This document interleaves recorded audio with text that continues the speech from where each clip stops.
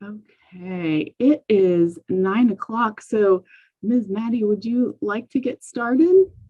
I know we're still waiting on Yeah, folks, but for sure.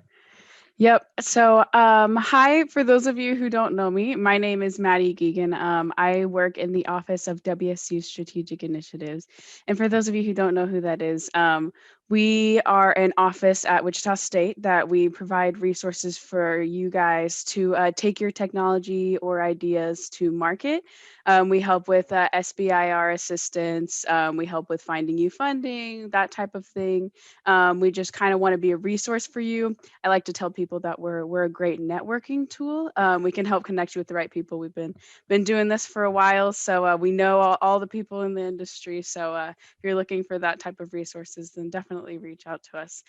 I'm very excited for the webinar today because we have an amazing presenter. I actually had the pleasure of going through one of her programs, and I got this beautiful credential. And I'm a power user now, a Microsoft power user. Allie is amazing. She's a great instructor.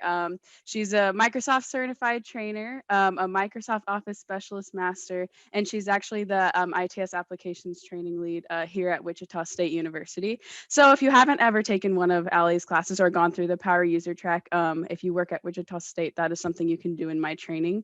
And she's a great instructor, as you'll see from this webinar today. And she has actually trained thousands of professionals on Microsoft Office, which is pretty insane. That's pretty awesome. So without further ado, Allie, I'll let you take it away.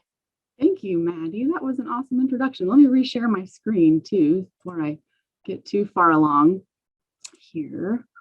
It seemed weird to introduce myself with my screen being shared. So if you can see my screen, type pineapple in the chat. No one can see it. Pineapple, oh good. I don't know why I picked pineapple. Hamburger would have worked too, I imagine. I'll be keeping an eye on the chat also today, but I have a lot of stuff planned for us today. I'm really excited about this session, and I know I only have you for 60 minutes, so life-changing tricks. What is your friend Allie doing? Is she being dramatic talking about life-changing stuff? My thoughts with this session was a lot of times, and I know a lot of you, I'm looking at the list, have attended a lot of my full sessions like Maddie, who's a power user. There's certain features we talk about in the sessions that people will say, oh man, this feature was life-changing. I took this back to my desk and I did so many amazing things with it. So I wanted to put all of those things together in like a quick session. And along with that, unfortunately, I couldn't even fit everything, unfortunately. So I could make a part two, actually. But along with that, there's some new features coming in 365 that I'm anticipating will be life-changing. So you'll have to tell me what you think of those as well. So I know I mentioned this is more of a presentation than a full training. You guys know that. It's going to move a little faster than a traditional training, but not to worry. Maddie's going to send you a video of this after the session, so you'll be able to replay portions if you need to and pause me and speed me up and slow me down, whatever strikes your fancy there. So don't worry, you'll have another chance to look at this content. So one more quick thing I want to mention is that I'm in the PC Windows version of Office 365. So if you are seeing some differences in some of your features, some of that may have to do with your version. I know there are Mac users here. I'm looking at your names right now, and I've got some things to mention for Mac users, different ways you can get to the same features I'm going to show you. So without further ado, I want to get started. I have so much I want to show you, and I'm going to start in PowerPoint. So I've got a presentation here, kind of the beginnings of a presentation on Renaissance music.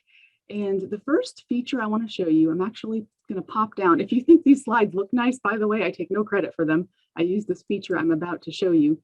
So I'm on a slide that's just a plain title and content slide that I've thrown just random text into here. And the feature I want to show you is design ideas. This is for sure life-changing. So this is going to live either one of three places. On your home tab, all the way on the right side is design ideas. On your design tab, appropriately, all the way on the right side, design ideas. And you're also going to see it, third possible way is it may just introduce itself to you. And I think that'll happen to us at least once today. So I just got this plain slide with some bland text in here. I'm just going to click on design ideas and see what I have. Sometimes this changes up too, so we'll see what happens. So I'm going to click on the first design idea. This looks pretty good. This is interesting. You can kind of sift through these and find something that strikes your fancy. So by the way, I want to mention, if you're looking at something, so if you're looking at this and saying, this looks really cool, I would love to proactively create this for myself. Remember the little trick we talk about where if you click on an element in a Microsoft program, you can usually see a contextual tab at the top of your screen. Let me maneuver my screen here. There we go. Contextual tab. So if you're wondering what that is, you could click on that, look at your contextual tab and say, oh, that's smart art. Okay, I can make this for myself in the future. So smart art is incorporated a lot. You're also going to notice it's going to pick up on words that you put into your slide. So it saw the word music in here and it's picking up on some music pictures. So design ideas, very cool. I'm going to show it to you a second way next. But I first want to show you how you can get to some of these pictures. This is the next new thing. I think I've had a chance to cover this in one training session because it's so new. So I want to talk about how to get to these stock images. So I'm going to go down to my next slide. Now, if you're used to using these little shortcut buttons in your title and content, you're going to notice that they've changed a little bit. So one thing that's changed is instead of having pictures and online pictures, you're now going to have pictures, meaning your local machine, or on stock images. So stock images are going to be this new second button. So I'm going to go up to point out it's also on the insert tab of your ribbon. If you're used to going up here in your images, pictures, you can also get to stock images from there. So either place, wherever you're comfortable. And when I click on this feature here, get to stock images, I could say, all right, I got to find a picture of music. This is a music presentation. And you'll see new stuff appearing here all the time. In fact, if it's new, I don't know if I have any new ones. It'll usually have a little new banner at the top that they've just launched a new picture for you. So I could grab a picture, for instance, maybe I'll grab this, I think it's a violin head or a cello head here. I could insert this from here, but before I do, I want to show you a couple more things back here. You're going to see these little buttons at the top of the screen in your stock images, where you can also get to things like icons, which I've talked about these in some of my sessions. If you come to my macro session, this is a total aside, but you can assign macros to icons, which can make your macro buttons especially cool. So icons back here. I should mention all of these, popped out of my screen. All of these images back here are also available in Word, PowerPoint, Excel, if you want to insert them in Excel. So icons, I could search for music here. Find something in here. Cutout people, I don't know. Maybe you want to use these to express an emotion. Maybe this, you're frustrated with something and you're going to put this lady in your presentation. You could do that. And just a few more, just check them out. Stickers, videos, illustrations, all of these are searchable for whatever your subject is.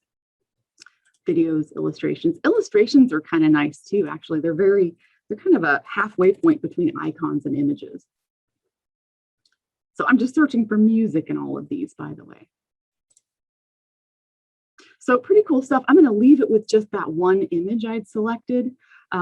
But I used this in a presentation I was doing. I was training trainers, very meta. And I needed to find some pictures of people on computers. And this was just a great way to get to them. So I'm going to insert this image. So here's design ideas doing that thing I told you about. It's popping out on the right side. I can kind of look at these and say, all right, which one of these is going to work for me? Maybe this one, maybe a different one. Little trick for you too, and I'm infamously not artistically inclined. So one thing I do is I'll take a slide, I'll throw a bunch of text into it. I'll just throw the pictures in willy-nilly and just see what design ideas tells me I should do. I don't know. Is that cheating? I don't know. If that's wrong, I don't want to be right because it makes life so easy. So that's kind of design ideas plus icons and stock images together. Next items I want to show you are on the slideshow tab of your ribbon in PowerPoint. So the first one I want to mention, I know some of you have heard me talk about this. I just can't stop talking about it because it's so cool. The ability to insert subtitles into your PowerPoint as you're presenting. So I believe this is only in 365. I don't think it's going to be in 2016 or earlier. So slideshow tab all the way on the right side, captions and subtitles.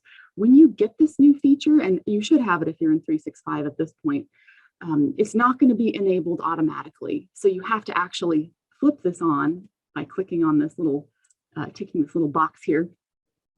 You have some more subtitle settings. And yes, you are seeing that correctly. You can change the language. So you could have it theoretically translate to another language. It's not 100% accurate, of course. It is artificial intelligence trying to translate, but this has been life-changing for a lot of people, just the existence of that feature alone. So I'm just going to turn it on here. I'm just going to keep English for this presentation. And if I start my PowerPoint, you're going to see in the lower right, PowerPoint is listening to me. It's going to start typing as I'm talking. It's not 100% perfect, of course, and sometimes it struggles a little with punctuation, but really amazing feature. By the way, that same technology, captions and subtitles, we're going to see a little later when I get to, you're going to see this across your Office platform. So Teams has this enabled too in some kind of cool ways. Also, Word has it enabled kind of differently, but it's the same concept, listening to you talk and translating it to text. Also on your slideshow tab, I want to show you one more thing on here. Rehearse with Coach. This was actually a favorite. I've done this session one other time, and this was one of the favorite items. This and the next thing were especially favorites. So rehearse with Coach. If you're it's the day before your presentation, you're saying, I wish I could just run this by somebody really quick. I've read my notes too much and talked to myself too much. This kind of gives you the AI version of running your presentation by somebody. So if I start Rehearse with Coach, it's going to start my slideshow. Now I want to point out, and I don't know if it's too small to see, I don't think I can zoom in this screen, but in the lower right, I have a choice to turn on or off real-time feedback. So if this makes you antsy, you don't have to leave this on. I'm going to go ahead and leave it on just to show you.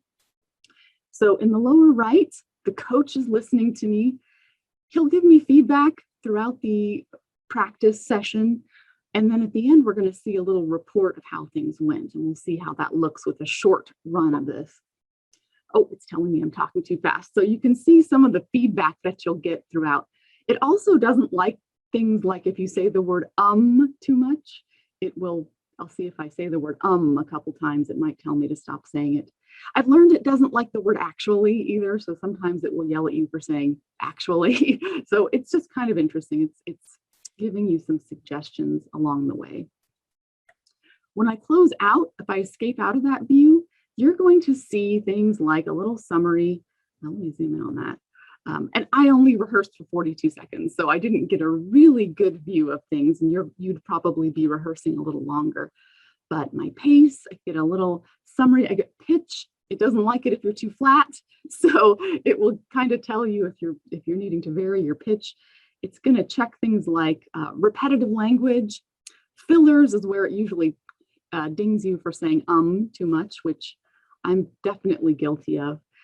And I just said actually, I provoked the presenter coach to get a few more little prompts from it here. And here are a few other prompts. This is just a screenshot. If you're too quiet, it'll tell you to speak up. Here's the old prompt I mentioned.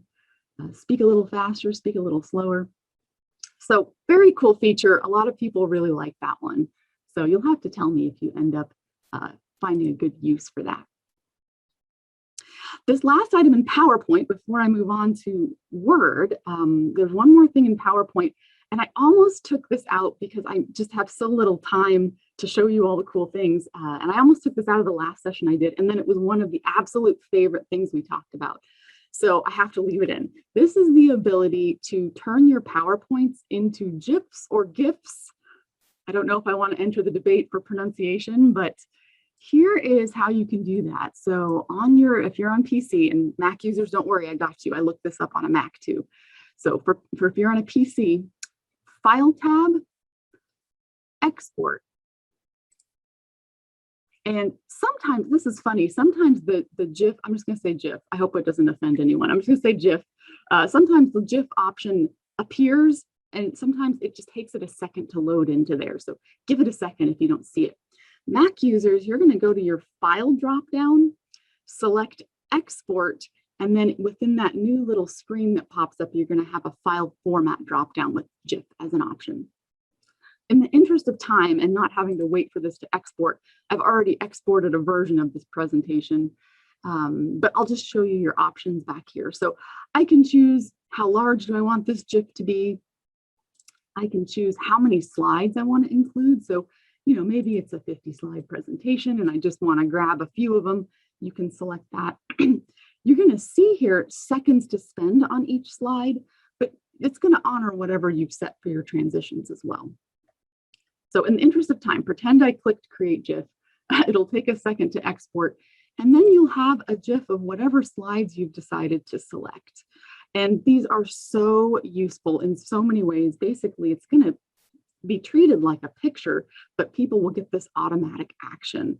So you could theoretically throw this into LinkedIn. So I've used this on LinkedIn before. If I just want to show you how to get to something, I can just make a quick video that's a GIF that might help people. So check that out, the ability to export as a GIF or GIF. So far, no one's been offended by the word GIF, so I hope that's okay. So that is, there's a lot more I could talk about, especially on that slideshow tab, but that's going to be it for today for PowerPoint. Okay, I'm going to pop over to Word and show you a couple of things in Word that have been life-changing. One thing that I'm wondering if it's going to be life-changing in Word. So I have here, if you come to Word Essentials, we've played with a version of this document probably. And so I want to talk about in Word the use of styles. So it's interesting because when I started teaching Word Essentials originally, a lot of people didn't know what these even were, styles. And now people come in kind of knowing it has something to do with accessibility and I'm supposed to use them, but they don't know all of the cool ways they can utilize the features and kind of tweak them a little bit. So let's talk about that here. So when you're using these styles, you're going to be marking things as headers, basically headings, I should say, not headers, kind of like you would in a web page, right? You kind of know you have to accordion your headings together. And so for instance, financial information has some subheadings here. So rates, scholarships, how to apply for scholarships. That's all kind of a subheading of financial information.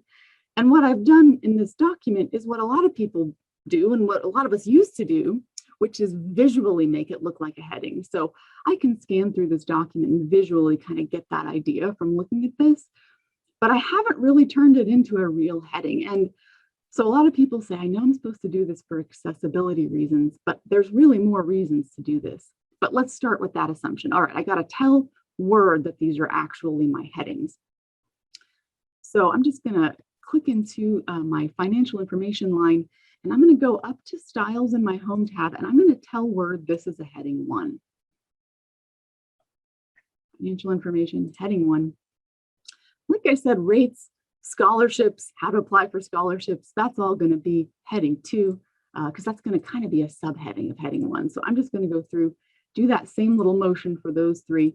And notice this wasn't here a second ago. When I mark something as heading 2, now I've got heading 3 as an option. So you'll keep getting more options to sort of accordion information within itself. So a lot of people know this much. I'm going to go ahead and do the title too. Why not? For good form. A lot of people come in knowing this much, but they think, all right, so I know that's important because it makes things accessible, but there's actually more to it than just the accessibility factor. So I'll hit that first. Accessibility, yes. Now you've given someone with the screen reader that same ability to scan through the document that you could do visually before. So before, with their screen reader, it doesn't know that those are headings. It just thinks it's plain text because it was marked as plain text. Now it knows, oh, that's a heading. Okay, so now their screen reader is going to kind of fall in line for that.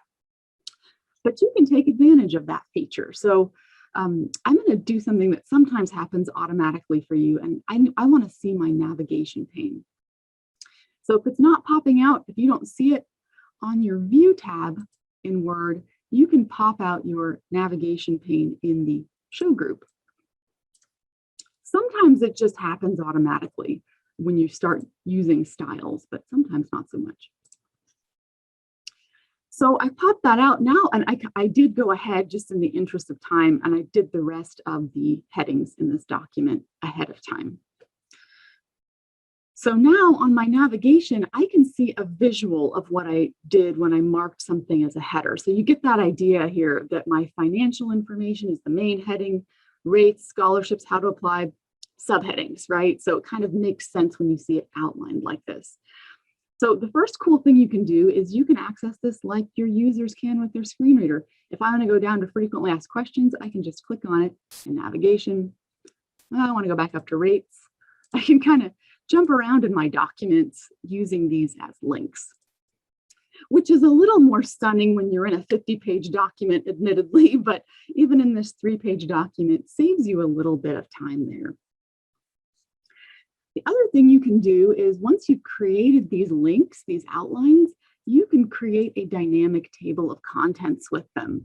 So if I wanted to say, I really want those links just to appear automatically in my document, and I want to see what page everything's on, I'm just going to insert a table of contents using this information. So I'm going to just put my cursor where I want that to go, pop up to my References tab. There's a lot of really cool stuff here. I wish I could show you more stuff in this tab, but the one I'm going to show you is Table of Contents. Now, one big mistake I've noticed people making with this feature is they start on the References tab with Table of Contents instead of marking their headings. So it's really important that you do this first step and tell Word what your headings are. So I've clicked into my document where I want my Table of Contents to go. References tab, Table of Contents. Now, I know you all will be way more creative than I am, and if you are, you'll pop down to the custom Table of Contents and you can customize this to your heart's content. 9 times out of 10, I go for an automatic table and just, I don't know, it doesn't bother me just to let Word pick the design for me. Because really what I like is this functionality that first of all, it's going to bring in what page number everything is on. So I don't have to, if I insert content, go back through, look up what page this information is on, and then update the page in my table of contents. What a nightmare that can be. This is so much easier. So what you'd have to do, you insert content, you just right click on your table of contents and update it, and it will update your pages automatically. This is super life-changing for so many people who I have talked to, especially those who have a 50-page policies and procedures document, and someone says, okay, on page 50, we're going to insert a paragraph, and you're like, now I got to go through and figure out what page everything's on, right? Frustrating. The other cool thing about this table of contents, and you might be seeing it, let's see if I zoom in on it, this has turned these into links. So these are actual links, kind of like your navigation. I can actually use the links in my table of contents to navigate around in my document. These links will be honored in a PDF. So if you made that policies and procedures document into a PDF, your users could just go in and click to follow the link. You don't even, if you didn't care about page numbers, you could even probably leave those out. Just use the links. So pretty neat stuff with that automatic table of contents.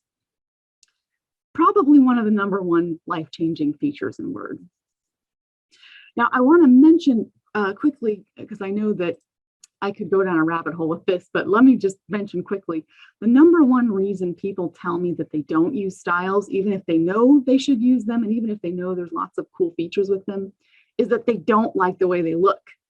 So it's kind of ironic that styles are not very stylish, but you have 100% control over how these look. So I'll show you 2 ways kind of quickly. One way, and this is probably my preferred way, if you right click right on top of one of the styles, so if I think, all right, I want to change heading 1, I'm going to right click on top of it, and there's an option to modify. So right click, modify. So all of these options in this screen, kind of in the formatting area, are things you're kind of used to seeing on the left side of your home tab, right? So, I could change my font, I could change my size and make heading ones bigger, B for bold, right? And change the color, whatever your heart desires. We talk about in the advanced session how there's even more in the format dropdown in the lower left, where you can do things like create borders and shading and all sorts of cool stuff there too. I'm going to keep this kind of simple and just make it bigger and bolder and change the color just to show you a visual of what that does. You can kind of see it's changed it in my style. It's going to change it throughout my document. So that's one way. If you're in a super hurry, you got to get this thing done right now. What you might do is mark your headings, pop up to your design tab, and there will be a lot of cool presets in here if you hover your mouse over them. This is a really popular one, this shaded option. It's very cool, I think. I'm also kind of partial to the lines one for some reason. I don't know why. I'll stick with the shaded one because I know that's a favorite for a lot of people. And just a reminder, this is changing your styles on your home tab. It's just changing the way they look. They're still going to behave the same way for a screen reader, right? Furthermore, to the right of those, you can change up your theme colors and say, all right, I wanted this to be red-orange, or maybe you've made a custom color set. You can kind of keep playing around with those a little bit. So I won't go too far down the rabbit hole with different formatting options, but just know that you have control over how styles look. You're not hemmed in with that blue situation. Okay, one more thing in Word. This is kind of a quick one. I don't know if this will be life-changing. You'll have to tell me. I think it might be. So I have a couple of speeches that I've plugged into this Word document here. Winston Churchill and Lou Gehrig, if you're wondering. And this new feature, we've all heard of spell check and grammar check. Those are being rolled into a new feature in Word called the editor. And kind of like some of the other new features we talk about today, it's going to be on the right side of your home tab. Among other places, it's actually also going to be on your review tab where spell check used to live, but easiest to get to from the home tab. Now this is rolling spelling and grammar into your editor. So this is in here. So you could go in and say, all right, I want to check my spelling, and you could accept any of these or ignore them. This isn't new. This is stuff you've had for a while. It just maybe looks a little different. I'm going to hit my back arrow. That stuff isn't new. Spelling and grammar, you guys have seen that. What you may not have seen are these refinements. So refinements, these are kind of in development. I feel like I'm seeing changes to these a lot. So if I click on it, it's finding a few things. Conciseness. Now, I'm not going to be one to correct Winston Churchill, but Word apparently has found some places where he could be a little more concise. I will say with all of these options under your refinements, any of these are just suggestions, kind of like the grammar check. Sometimes the grammar check will tell you things and you're like, no, I stylistically meant to make that sentence. And that might be the case for you with some of these, but it never hurts, especially if you've written a long document, to just check through some of these and see where maybe conciseness could be better. Formality, for me, it's almost exclusively pinged contractions, which those don't bother me really, but I suppose you could go through and take a look at those. And then, punctuation conventions, etc. So that's the new editor in Word. You'll have to tell me what you think about that. Again, the top part, not really new, spelling and grammar, but refinements, some kind of cool new stuff there. Okay, I got to move on to one of my favorite topics, which is Excel, life-changing features in Excel. One of you or all of you might know where I'm going with the first example here. That is flash fill. So flash fill is probably one of the #1 most life-changing features that we talk about in Excel Essentials. Flash fill is a superhero. Flash fill was my Halloween costume a few years ago. So let me talk to you about flash fill. And it's not a very touted feature for some reason, even though it's amazing. So Flash Fill will basically look for patterns in your Excel documents. So what you're looking at in front of you right now is a list of employees. These are fictional, last name, comma, first name. And you can see what the intention is. So first of all, the intention is to split out their last name and first name into columns. There's a lot of ways we can do this, but we'll do it with Flash Fill. Title, department, an email pattern, which I know not everyone's from WSU here today, but a lot of people's companies will have a similar, like a pattern for their emails. And at WSU, it's first name dot last name at wichita.edu. And I've established this pattern just by typing this stuff. That's all you do. You type this content to create your pattern. And what Excel's going to do is pick up on, okay, she's typing whatever's to the right of the comma, a period, whatever's to the left of the comma, and then adding an at wichita.edu. I did that pretty consistently here. So now I don't want to keep doing the rest of this column, so I'm going to use Flash Fill to complete this. So Flash Fill lives on your Home tab, all the way on the right side in your editing group, where there's a fill dropdown, and the option is Flash Fill. So Home tab, fill dropdown, it's kind of hard to find, and then Flash Fill is that last option at the bottom of your fill dropdown. So I'm going to complete this column, so watch. If you're not watching, you got to look at this right now because it's really cool. Fill dropdown, Flash Fill.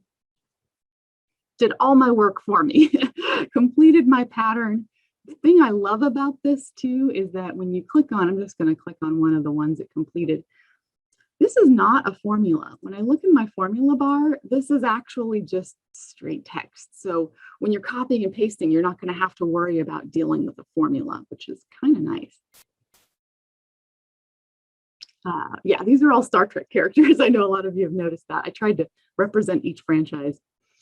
So the columns question. So a lot of you might know about text to columns or your text formulas and functions that you can use. You can also use Flash Fill in this scenario because I could just grab the first name and that's kind of creating a pattern here, right? If I just grab whatever's in front of my comma, it's going to pick up on that pattern. And this is where you see kind of a ghost of a list appearing here. And this is how most people discover Flash Fill. They say, I don't know what sort of gift was just sent down to me, but I will accept this, hit enter. You've got all of your content, which that's totally fine way to get to it. Sometimes you can just start typing your content, get to Flash Fill, live your best life.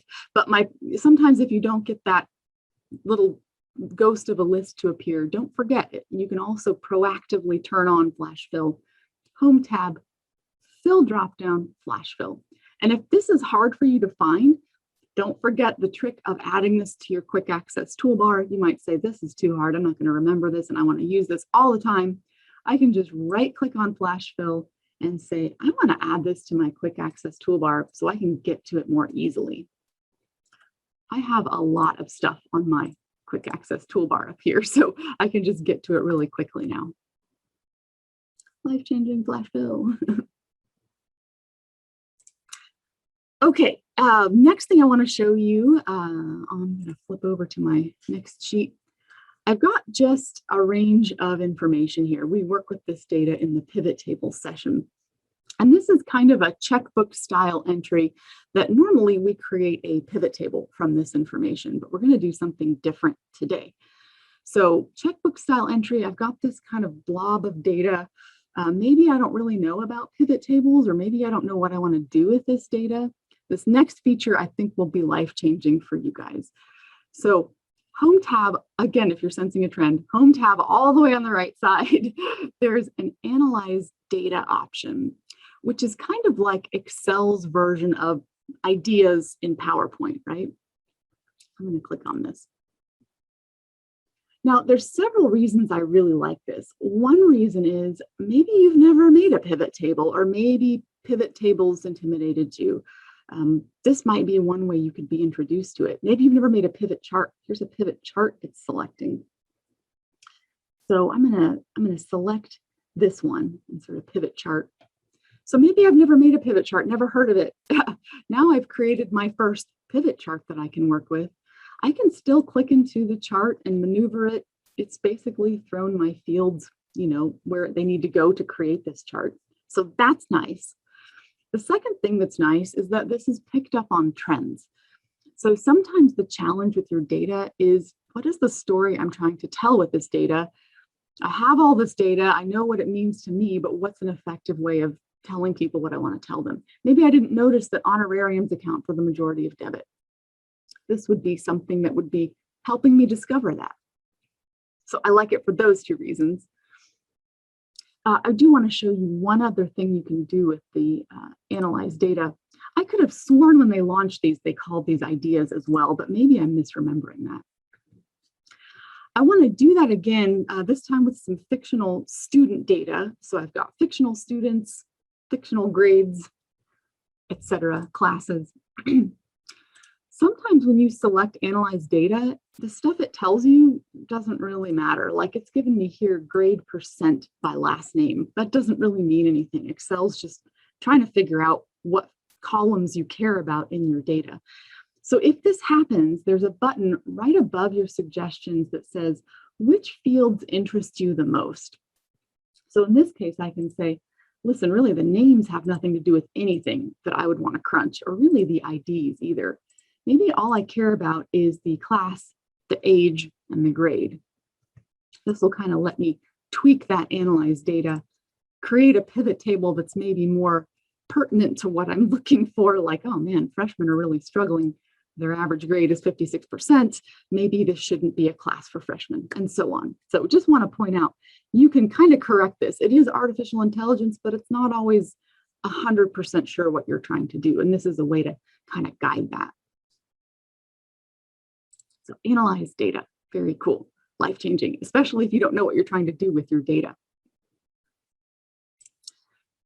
Okay, for my next trick, this was something that is super life-changing, and it just got an update. I've never gotten to present on this except the one other session I did on this. So this is called the data types. So I'm on my data tab of my ribbon, and I want to talk a little bit about these data types. Now, I did talk a little bit about these before, but before we only had stocks and geography. Now we've got a whole host of data type options in here, including things like anatomy, animals, yoga. We've got a whole bunch. So I want to show you a few of these in here. First, I want to answer Hannah's question. Is there a limit to the size of table that analyzed data can tackle? I haven't run into it if there is, and these were not tables actually either. These were just ranges of text. So it doesn't even care if you turn it into a table. I think you're good. I think you're just limited by the however many tens of thousands of rows that Excel limits you to. I think I know which document you're thinking of too. Okay, I want to talk about this data type of geography. So this one's been around a little bit. Some of you might have seen me talk about this. So data types, geography, the next ones I'm going to show you are new. So what I have here are just geography, zip code geography type here. And you could have put this in as a city or a state also. I just did zip code. It's sometimes a little bit easier to identify from zip code for reasons I will show you. So I've selected my zip codes. I'm on the data tab. I'm going to tell Excel this is geography. So this is going to go out to the Wolfram databases and say, all right, let's identify these geography types. One thing that happens that I don't know if any of you have a use for this part is that you get these little cards to the left of your zip code where you can identify some information about that location if that interests you. That part isn't as exciting to me as the ability to extract information from the zip code is. So when I select my identified data types, I'm going to get this little, I guess it's a square with a plus sign that's going to allow me to extract information from this. So, all right, I've got my zip codes. I want to pull out the city. So all these options, these are going to vary depending on your data type. But from the zip code, I'm going to grab the city. I'm going to grab the state. I'm going to grab the county. It's really easy to grab information from this. And you're going to notice, hey, there's cards next to these city types. Yep, that means what you think it means. You can extract data about the city or the state or the county. So there's different information under city. I could say, okay, I really wanted to know, I don't know, the longitude or time zone. That could be useful. You kind of get the idea there. So there's a lot you can do with especially the geography data type. Very cool stuff. And you'll notice, I want to be sure to mention with the ones that I've extracted, this is creating actually a formula in the formula bar. So you'll have to treat it like a formula, not the end of the world. Just careful when you copy and paste. Hannah's asking, does it always extract into the next empty column to the right? Yes, it does. So I pre-named my columns, but you wouldn't have to do that. You could name them after the fact. Yeah, cool stuff you can do. By the way, before I show you the next data type, if you're making a map chart, and for reasons you can understand, a lot of map charts were made in 2020. Sometimes when you're trying to identify by city and your city is like Springfield or Pittsburgh or something where there are multiple versions, identifying your geography data type will make your map charts just more accurate.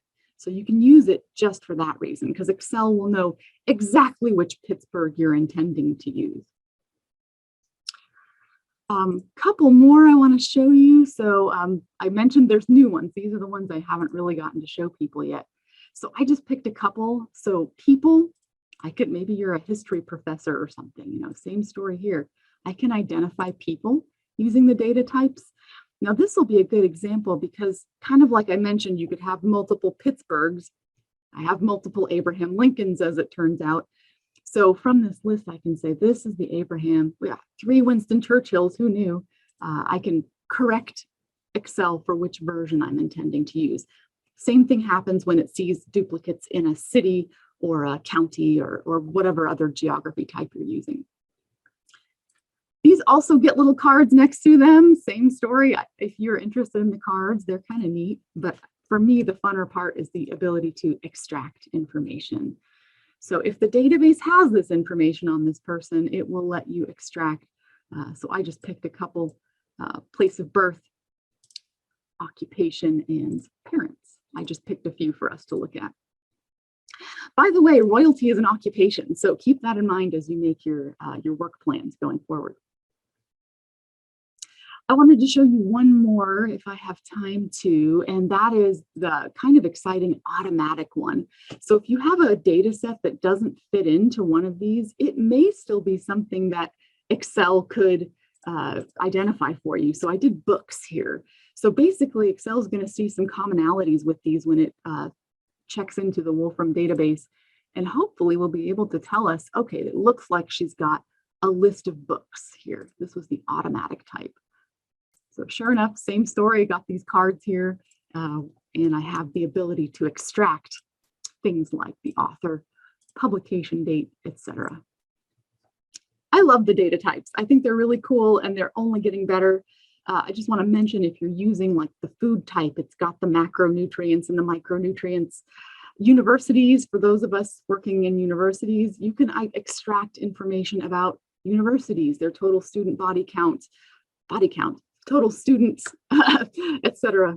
You can get from there. So really neat stuff. I knew someone who got really excited about the yoga type too. I have more exciting Excel stuff I want to tell you, but I want to make sure I have time to talk about Outlook and Teams. So if I have time, I will return back to Excel at the end.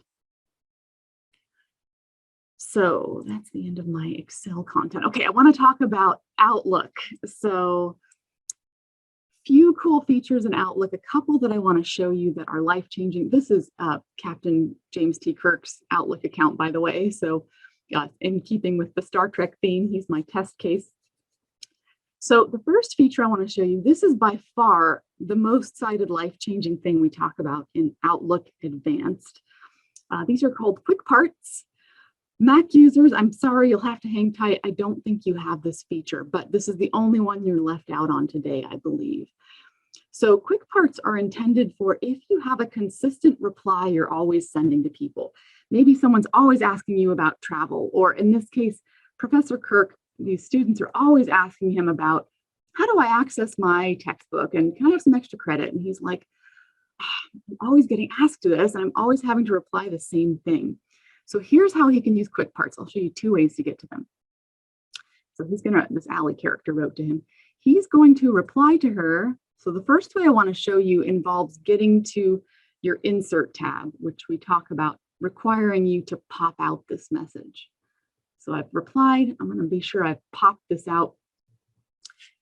I'm going to start his email. And then your insert tab in the popped out view only. So a new message defaults to popped out view. Insert tab, right side in your textbook is quick parts. So she's asking about the textbook and extra credit. This will be so quick. Quick parts. I've got a quick part for textbook. I've got a quick part for extra credit. There, I'm done with my email. So fast to get to these. I know some people put these in a Word document, copy and paste. You don't even need to do that here. So how did he add these into his quick parts? And what might happen is, as you're writing an email, you might say, okay, I get asked this all the time. This needs to go in my quick parts. You can select your text and it can be a portion. It doesn't need to be your whole email. Well, he had a couple in here. It can include screenshots and pictures, by the way. So select your text, insert tab. You're going to go to that same quick parts dropdown, and you're going to select save selection to quick part gallery. So I want to add this to my quick part gallery. Now, when you're doing this, if you can think about it, name it something that you will be able to remember for a reason I'm going to show you next. Now, for the purposes of this session, I put little symbols at the top of them, right at the front of the words, so that they'd be at the top of my list. But you don't have to do that. You can just call it what you want, right? Textbook or whatever. So that's how he would add them to his quick parts. So, and then he'll come and access them the way I showed you. Second way he could access them, however, is if you remember what you had titled your quick part. So he titled this one, I put symbols, like I said, you don't have to do that. He titled it # or hashtag, depending on what you want to call it, textbook. As you start to type that, you're going to see a little bubble pop up saying, press enter to insert. There's my quick part. Another one, extra credit. And he's done with the email from here. This wouldn't require you to pop this out. Quick parts are very life-changing, and I apologize to Mac users. I so wish that you could have this, but unfortunately. So if you're interested in learning about that, Outlook Advanced is where we cover that particular feature. Mac users can join us for the next one I want to show you, and that is search folders or smart folders. They're called smart folders on a Mac, search folders on a PC. Same concept. So on your email account, kind of on the left side of your screen, you want to go all the way to the bottom of your email account. So if you manage multiple mailboxes, be sure you're on just yours. Search folders will live at the bottom, and these sort of act as a window into a search. And these have been life-changing. People have told me these have taken the place of complicated rules that they had to set up sometimes. So maybe you made a rule and you said everything from Maddie is going to go into a search folder or go into a folder. I could instead make a search folder that would just take the place of that rule. So I want to do a window into a search. I'm going to right-click on search folders, create a new search folder. And here are some of your options. So some are, unread mail is not super exciting, but here's a cool one, mail flag for follow-up. If you use tasks in Outlook, this might be useful for you. Mail from specific people. So that's that scenario where if I want everything from Maddie to go into a folder, maybe instead I'll just make a search folder that searches for everything from Maddie, which I'll show you that one. You're also going to see options for specific categories. So I know some faculty are using this. I always categorize this project as a specific category of email, and I can just get a window into that search. Or if you don't see anything that strikes your fancy here, you can make a custom search folder that's whatever your heart desires. So I'll just I've already pre-made a few in the interest of time, and then I'm going to make a mail flagged for follow-up. So he uses his flags. This is going to be a shortcut into his mail that he's flagged for follow-up. This is not duplicating the emails. It's just a window into that search. He's also made a search folder for his ship's business category. So anything he categorizes as ship's business will go into this search folder. Very neat. And then he wants everything from this Allie character to show up in its own folder. So she's emailing him a lot. So this is a way he can quickly get to that. Search folders / smart folders are game changers for a lot of people. Search folders. There's one more thing this is a really quick thing, but this is a small but life-changing thing people have told me is life-changing in Outlook. You have a very robust click and drag ability in Outlook, and I don't know that a lot of people realize that. So for instance, I'll just pick on this email. I'm going to go back to my inbox. Allie's sent this picture of the Enterprise to Kirk, and we're going to talk about this ship design. If he's going to make a meeting out of this, you can just click and drag from your mailbox into your calendar and create an event. It's just popped up on my other screen using the body of that email, right? So if you have you're talking back and forth about something, you can go in here and say, all right, Allie had all these questions. I'm just going to meet with her about this. I'm going to drag this to my calendar, create a meeting out of this. You're going to see click and drag very robust in Outlook in general. Okay, that's the end of my Outlook stuff. I got to show you Teams stuff. This is again Kirk's Teams account. I do want to mention one thing, and I know I touch on this in the Teams sessions. Teams, the program, is an amalgamation of applications, and you see those on the left side of your screen. It gets very confusing because they all have separate retention policies, separate storage locations and rules, and we colloquially refer to each of these apps as Teams, and so it gets very confusing. So I just want to specify that for today, I'm just talking about your Teams meetings. So basically, the Teams version of this Zoom meeting we're in right now, which you get to from your calendar app. So there have been some very exciting changes that have come to this that are absolutely life-changing. So I'm going to pop into my Teams meeting with Kirk and show you a few of these. And I think it's not going to let me show my camera because I'm using it for Zoom, but that's okay. We'll get to look at Kirk's face. So some of you are already using Teams and you've made Teams meetings and you know about this little bar at the top that's kind of like the version that Zoom has at the top or bottom of your screen, depending on your Zoom settings. But here's a few changes that have happened. First of all, now like Zoom, Teams has the ability to not only raise your hand, but to also interact with your presenter. You can clap, you can thumbs up, you can heart. They're all positive reactions, which is good news for the presenters. There's also now breakout rooms in Teams. So this is the little square. I think I did that too quickly, so let me show you again. This little square to the right of your raise hand option. So this was something that I know for a lot of faculty was the reason they didn't want to switch from Teams to Zoom. They said, I've got to be able to make breakout rooms. Now you can do that in Teams. You can make them automatically assign, manually assign, number of, same sort of concept as your Zoom meetings. So this was huge when this launched. The other thing I'm really excited about, and there's been one thing in here that's changed just since the last time I did this session about a month ago. Things change all the time in Teams, you've probably noticed. So I'm on the little ellipses option. I am the organizer of this meeting. So this is just for the organizers. You have a very robust set of meeting options that you can now get to in here. So meeting options, you can now do a hard mute in Teams. This was another thing some faculty, and I know K-12 teachers said, I've got to have the ability to hard mute for a variety of reasons. Now you can do it. You can not allow cameras now. That's also new. And this was a big one. You guys know that in Teams, your chat continues after your meeting. There's a unique chat that's created with your meeting. Some people didn't like that and said, I need that turned off after my meeting. You can turn that off now here in your options. Very, very exciting stuff there. Also in your, I'm going back to those ellipses options. This was another thing. This was kind of keeping up with Zoom again. A lot of people didn't like that your default view was just 4 faces at a time. Now you have a large gallery mode, which Kirk can't see because he's by himself in this meeting, but this will allow you to see 49 participants at a time, which is huge. There are also a couple more things in this ellipses I want to point out. So a lot of you, if you come to Teams Essentials, you know about live captions, which is cool. This is the same technology as you had in PowerPoint using captions.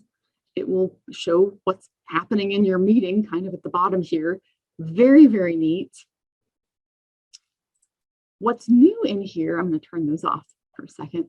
And actually, this particular computer of mine is not on a fast enough update schedule to have it. So I've made arrangements to show this to you another way.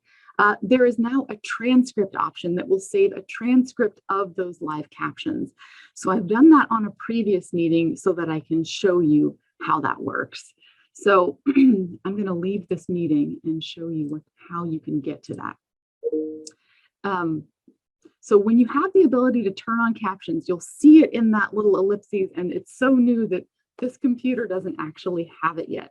However, I had it in a previous meeting I did on another computer, so I could show it to you. So after your meeting, you can get to all of that information either by going to your meeting edit options, as you know, or probably the fastest way is to pop up to your chat app and look at the meeting chat information. This is where your meeting recordings are stored. This is where the new transcript is going to be stored. So if I wanted to get to that transcript once you have the feature, you can export this as a Word file, a VTT file. Very, very neat stuff. Oh, I don't want to delete it. Chayla is asking, are the captions only for the organizer or all in the meeting? That's a really good question. When you turn on captions, you're just turning it on for yourself. So each person can turn those on. Once you get the transcript feature, everybody in this meeting will be able to access the transcript after the meeting. And again, it's not 100% reliable in translating spoken word to text, but it's better than nothing, you know, pretty cool.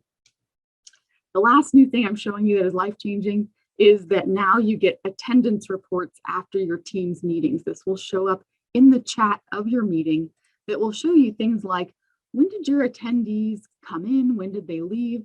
This will be in an Excel file, which I will pop open here. It was not a very happening meeting. It was just Kirk and Allie like it always is. But this is very useful, I think, especially for teachers trying to keep track of who arrived at their meeting when. So that's the attendance features. Okay, how are you all doing? I know we flew through some life-changing stuff. Hopefully something changed your life, but we have a few minutes left. So, oh, Maddie's saying, Julie had a question earlier. The icon stock photo feature works on her laptop, but not on her work computer PC. Julie, you can contact the help desk and they can help you get the latest version of Office onto your computer. You actually get to also up to 5 free downloads for home use, which is very hopefully useful to you. Are you on 365 right now, Julie?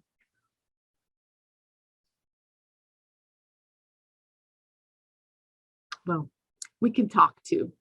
Okay, yeah, you might be on 2016. 2016 will not have those icons or stock photos.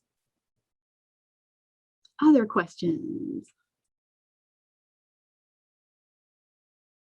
Everyone's doing okay?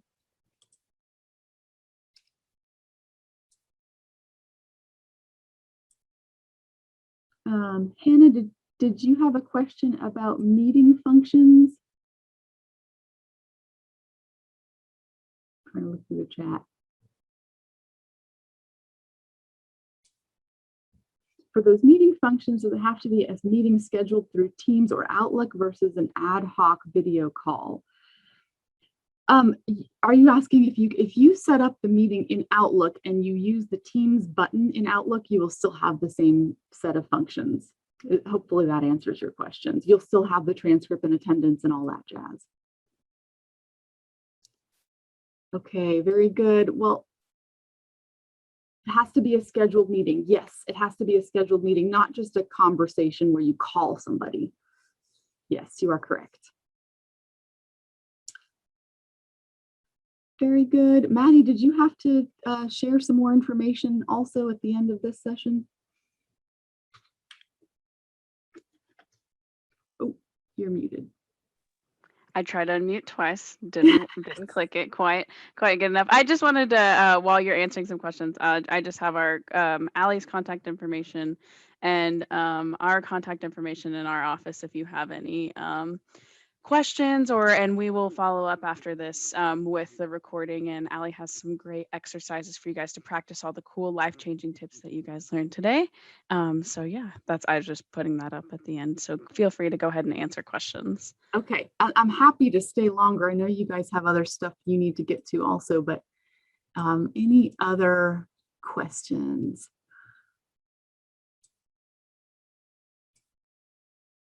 We've done it all, solved all the world's problems, changed everyone's lives, hopefully.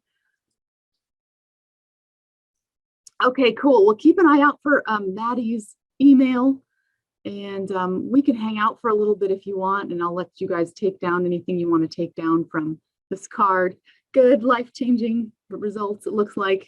That was the goal. Very good. I even learned some new things from today. I feel like I thought that maybe I would have know everything from being a power user, but I always learn something new every time. Oh, good. I'm so happy. That makes me so happy. Okay, well, looks like everyone's okay. And I think I will bid you all adieu. And thank you so much for coming. This was a blast. Really enjoyed it.